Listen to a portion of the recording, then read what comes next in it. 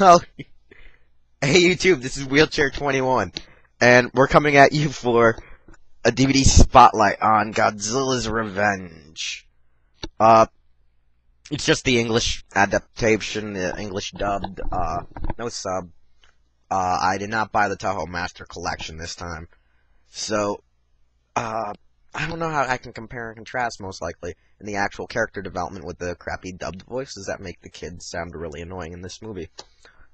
Technically, we discover the kid has a fascination with Godzilla and idols him as a hero, and his imaginary friend is the sun, which can enlarge and get bigger. Technically, the kid's on a major case of Viagra throughout the movie. Minilla just keeps growing and shrinking, growing and shrinking, growing and shrinking.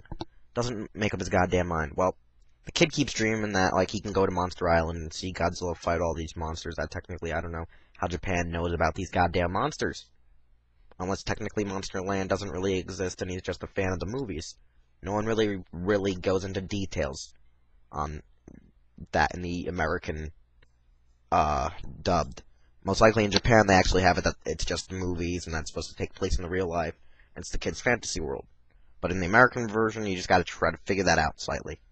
So the kid pretty much lives in a poor area where his parents always have to work a lot just to afford the house they live in, supposedly, at least from what you can see and understand from how the thing looks. Because, I mean, the kid has a dump nearby him where he collects crap, cleans it up, and makes it like his toys, and turns it into radios and makeshift stuff for imaginary stuff. So you see the kid's probably poor when you watch the movie.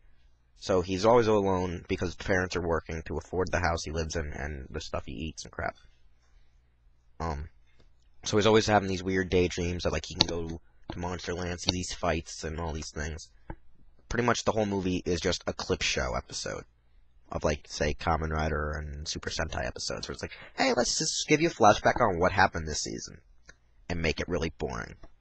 So we have Godzilla fight, again, Ebra, the lobster, the giant condor, Kamacuras, the giant mantis, and Kumonga, which is called Spyga, a giant spider. Throughout the movie, it's technically sometimes the kid interacts with the son of Godzilla, they watch the fights, then they find out that Minilla also has a bully called Gabara, which is technically the monster incarnation of the kid's real bully in real life. At the same time, the kid has, like, these robbers' IDs, and he gets kidnapped by the robbers because they're going to use him just to get their ID back and stuff, and try to escape the country with, like, the 30 million yen they stole.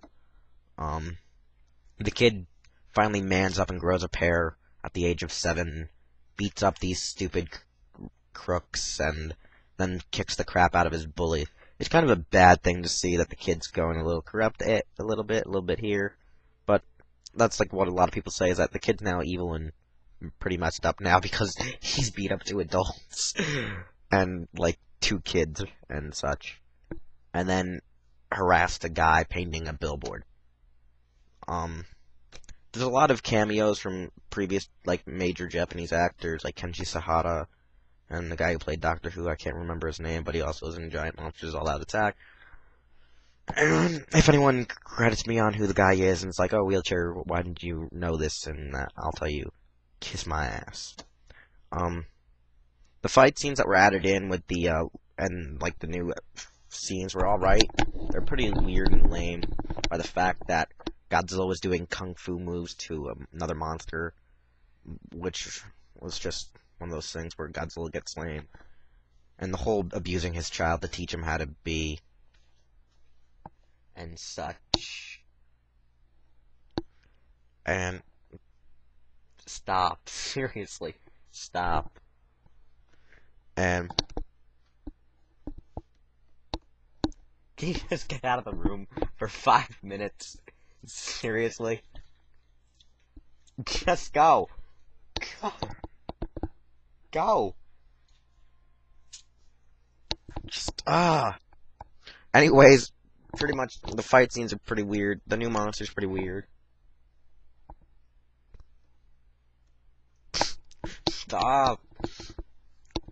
And this was just one of the bad Godzilla movies, but had some of the best fights because it was also, like, the second movie I've ever seen. So growing up as a kid, I really enjoyed it for the monster fights. But later on, I just did not like the movie because it just seems so bad because I discovered what clip shows were and how annoying they can be. So, for most of you, that pretty much, most of you pretty much agree with me. This movie was a bad one. It had to go to the, recapping of good fights, I guess.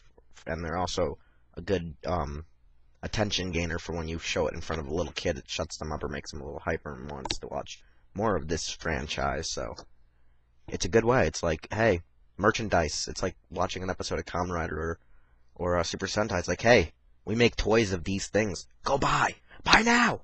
Buy shit alarm is sounded, bitch. Buy it. And that's all I gotta say. So see you later, YouTube.